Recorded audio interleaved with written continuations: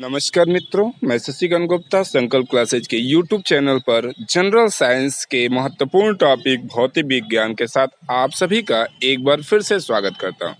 दोस्तों, इस वीडियो के पहले हमने एक वीडियो डाला था चैप्टर 1 करके, वह हमारा था यूनिट एंड मेजरमेंट का। अब हमारा चैप्टर नंबर 2 है मोशन अर्थात गति। गति क्या है, इससे संबंधित विभिन्न प्रकरणों को हम इस वीडियो में जानेंगे। सो दोस्तों, आइए शुरुआत करते हैं इस वीडियो की अर्थात गति के चैप्टर की। बात करते हैं सबसे पहले गति के अंतर्गत आने वाले दूरी। टॉपिक है दूरी, यानी कि दूरी क्या है हम जानेंगे। सबसे पहले तो दूरी किसे कहेंगे, तो किसी दिए गए समय अंतराल में वस्तु द्वारा तय की गई मार्ग की लंबाई को क्या कहते हैं, दूरी कहते हैं। ध्यान देने वाली बात है, कह रहा है किसी दिए गए समय अंतराल में वस्तु द्वारा तय की गई मार्ग की लंबाई को हम लोग क्या कहेंगे, दूरी कहेंगे। आइए हम बात करते हैं दूरी कौन सी राशि है, तो याद रखेंगे आप, दूरी हमारी अदिश राशि है, जबकि इसका जो दिशा उसकी मान जो होते हैं ऑलवेज क्या होते हैं, धनात्मक होते हैं। तो आप दूरी को समझ चुके हैं। आइए बात करते हैं विस्थापन की।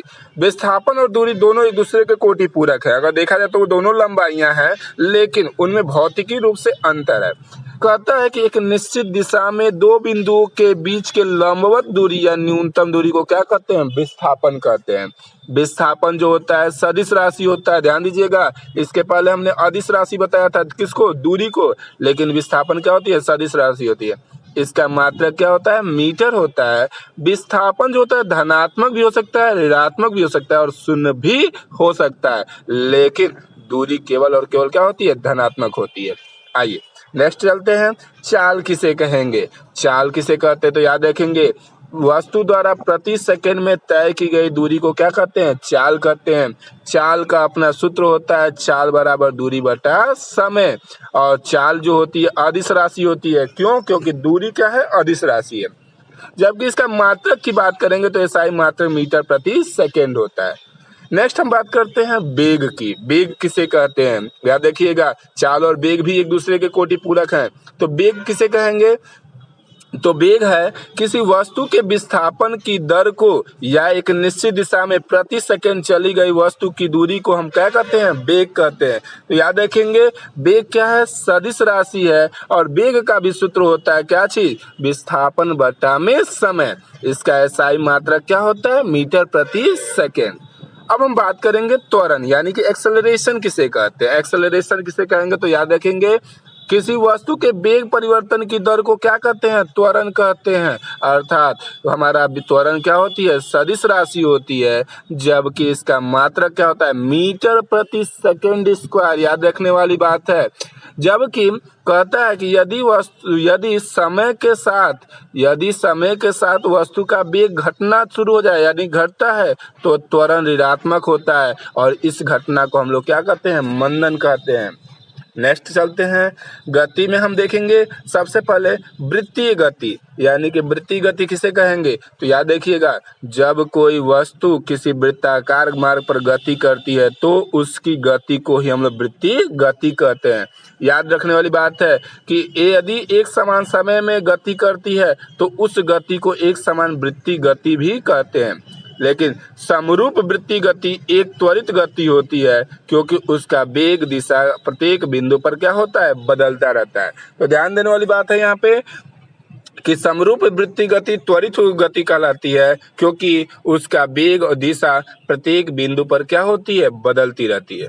नेक्स्ट क्वेश्चन की तरफ चलते हैं, कोणीय वेग किसे कहेंगे। ध्यान देने वाली बात है, कोणीय वेग यानी कि वृत्ताकार मार्ग पर गतिमान कण के केंद्र से मिलाने वाली रेखा एक सेकेंड में जितना कोण घूमती है उसे हम उस कण का कोणीय वेग कहते हैं। अर्थात कहा जाता है कि जब कोई कण या वस्तु किसी वृत्ताकार मार्ग पर केंद्र से चलता है तो उसका केंद्र के साथ बनने वाले कोण को ही कोणीय वेग कहते हैं। इसे ओमेगा से प्रदर्शित करते हैं, और ओमेगा बराबर होता है थीटा बटा में टी, जहां थीटा जो होता है कोणीय कोण होता है, और क्या होता है, टाइम, यानी कि 30 सेकेंड में उस वृत्ताकार पथ पर कितना एंगल कोण बनाता है, तो यह हमारा थीटा होता है। तो ओमेगा बराबर क्या हो गया, थीटा बटा में टी। चूंकि याद देखिएगा वृत्ताकार पथ है, तो वृत्ताकार पथ पर चली गई कुल दूरी जो होती है वो 2πn होती है, अर्थात एक चक्कर में वो 360 डिग्री क्या होता है, घूमता है। 360 डिग्री क्या करता है, घूमता है। आगे बात करते हैं, याद रखेंगे कि यदि कोई पिंड है, जैसे यहाँ आप देख सकते हैं हमने एक फिगर लिया है कि एक गोलाकार पिंड है। इस गोलाकार पिंड में जो किनारे एक बिंदु ए है जो यहाँ से लेकर ए से लेकर कहाँ तक जा रहा है, ध्यान देने वाली बात है, ए से लेकर कहाँ तक जा रहा है, बी तक जा रहा है। तो इसके बीच का कोण जो है थीटा बन रहा है, और यह थीटा जो है बटा में टी अगर कर दिया जाए तो यही हमारा सूत्र बनता है कोणीय वेग का। आइए आगे बढ़ते हैं, हम नेक्स्ट वीडियो आगे चलते हैं। इसमें ध्यान दीजिएगा, अगर आप हमारे चैनल से जुड़ना चाहते हैं तो संकल्प क्लासेस रतनपुरा रसरा सब्सक्राइब करें। आइए आगे बात करते हैं न्यूटन के गति के नियम की। इंपॉर्टेंट टॉपिक है, याद रखिए गति से संबंधित न्यूटन के गति के 3 नियम हैं, आप जानते भी हैं। तो हम बात करते हैं भौतिकी के पिता न्यूटन ने, क्या है, भौतिकी के पिता यानी कि भौतिक विज्ञान के पिता माने जाने वाले न्यूटन ने सन 1687 में अपनी पुस्तक प्रिंसिपिया यानी कि उसमें अपने गति के नियम का क्या किया था, प्रतिपादन किया था। सर्वप्रथम हम बात करेंगे न्यूटन के गति के प्रथम नियम से। तो हम बात करते हैं न्यूटन का प्रथम नियम क्या कहता है, गति का प्रथम नियम। न्यूटन का गति का प्रथम नियम कहता है कि जब कोई वस्तु विरामावस्था में है तो वह तब तक विरामावस्था में बनी रहेगी या तब तक उसी अवस्था में रहेगी जब तक कि कोई बाह्य बल ना लगाया जाए, अर्थात बाह्य बल लगाकर यदि स्थिति में क्या कर दिया जाए, परिवर्तन कर दिया जाए। आइए आगे बात करते हैं, प्रथम नियम को ही याद रखिएगा, ये इंपॉर्टेंट टॉपिक है। न्यूटन के गति के प्रथम नियम को गैलीलियो का नियम या जड़त्व का नियम कहते हैं। बाह्य बल के अभाव में किसी वस्तु की अपनी विरामावस्था या समान गति की अवस्था को बनाए रखने की प्रवृत्ति ही जड़त्व कहलाती है। तो याद रखने वाली बात है, जड़त्व भी किसे कहते हैं। नेक्स्ट, प्रथम नियम से ही बल की परिभाषा मिलती है, यानी कि बल अब किसे कहते हैं। तो याद रखिएगा बल जो होता है एक बाह्य कारक होता है जो किसी वस्तु की प्रारंभिक अवस्था में क्या कर देता है, परिवर्तन कर देता है या परिवर्तन करने की चेष्टा रखता है, उसे हम लोग बल कहते हैं। बल एक सदिश राशि है और सदिश राशि में एसआई मात्रक जो होता है बल का वो क्या होता है, न्यूटन होता है। आइए बात करते हैं जड़त्व के कुछ उदाहरण की। जैसे आप देख सकते हैं कह रहा है ठहरी हुई मोटर रेलगाड़ी अचानक चलने पर उसमें बैठा हुआ व्यक्ति पीछे की ओर क्या होता है, झुक जाता है।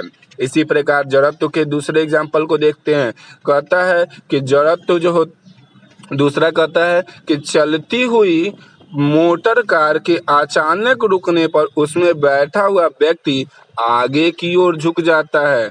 जबकि एक और एग्जाम्पल लेते हैं, कंबल को हाथ में पकड़कर डंडे से पीटने पर धूल के कण झड़कर क्या हो जाते हैं, गिर जाते हैं।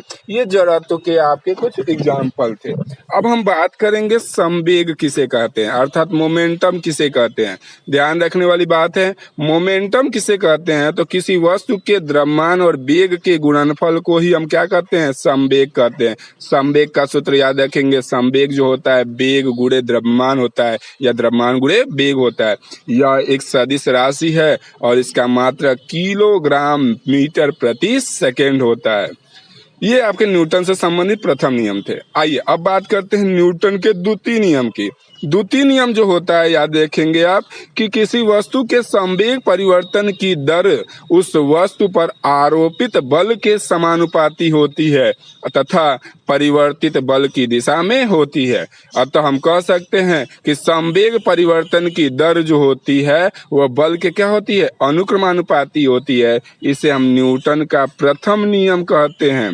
यदि मान लीजिए कि बल F है और त्वरण A है और द्रव्यमान m है तो न्यूटन का द्वितीय नियम कहता है कि F बराबर m इंटू A होगा। यही द्वितीय नियम होता है और यहीं से बल का सूत्र निकलता है और बल का सूत्र बन जाता है द्रव्यमान गुणे त्वरण। आइए नेक्स्ट चलते हैं तीसरे न्यूटन के तरफ, यानी कि न्यूटन के तृतीय नियम के तरफ। तृतीय नियम कहता है कि प्रत्येक क्रिया के बराबर परंतु विपरीत दिशा में क्या लगता है, बल लगता है। यानी कि न्यूटन का तीसरा नियम यही है कि प्रत्येक क्रिया के बराबर विपरीत दिशा में उतना ही बल लगाया जाता है। जैसे एग्जाम्पल ले लीजिए, बंदूक से चलने वाली गोली चलने वाले को पीछे की ओर धक्का देती है। यानी कि जैसे हम बंदूक चलाते हैं तो बंदूक की गोली आगे जाती है, लेकिन झटका में पीछे की तरफ मिलता है। जैसे आगे ले लीजिए एग्जांपल, नाव में आगे की ओर कूदने पर नाव पीछे की ओर क्या हो जाती है, हट जाती है। और उसी प्रकार तीसरा एग्जांपल है कि रॉकेट को उड़ाने में। सो दोस्तों, ये आपके गति से संबंधित महत्वपूर्ण टॉपिक थे। सो दोस्तों, अगर यह वीडियो आपको अच्छा लगा हो तो प्लीज चैनल को सब्सक्राइब करना ना भूलें। हमारे संकल्प क्लासेज रतनपुरा रसरा को सब्सक्राइब करें। किसी प्रकार की दुविधा हो या किसी प्रकार की कोई समस्या हो तो आप हमारे व्हाट्सएप नंबर पे भी हमसे कांटेक्ट कर सकते हैं और अपना सुझाव और अपना जो भी ओपिनियन है हमें देने का काम करें, क्योंकि आपका ही सुझाव, आपके लाइक्स, आपके कमेंट हमें ऊर्जान्वित करते हैं कार्य को करने के लिए। सो दोस्तों, आपसे मैं विनम्र निवेदन करता हूं कि चैनल को सबसे पहले सब्सक्राइब करें, बेल आइकन को दबावें ताकि आपको हर वीडियो की नोटिफिकेशन तुरंत मिल सके। सो दोस्तों, आज के लिए इतना ही। इस वीडियो में हम बात करेंगे अगले चैप्टर के, यानी कि जनरल साइंस के तृतीय चैप्टर के। सो दोस्तों, आज के लिए इतना ही। हम फिर मिलेंगे नेक्स्ट वीडियो में। धन्यवाद।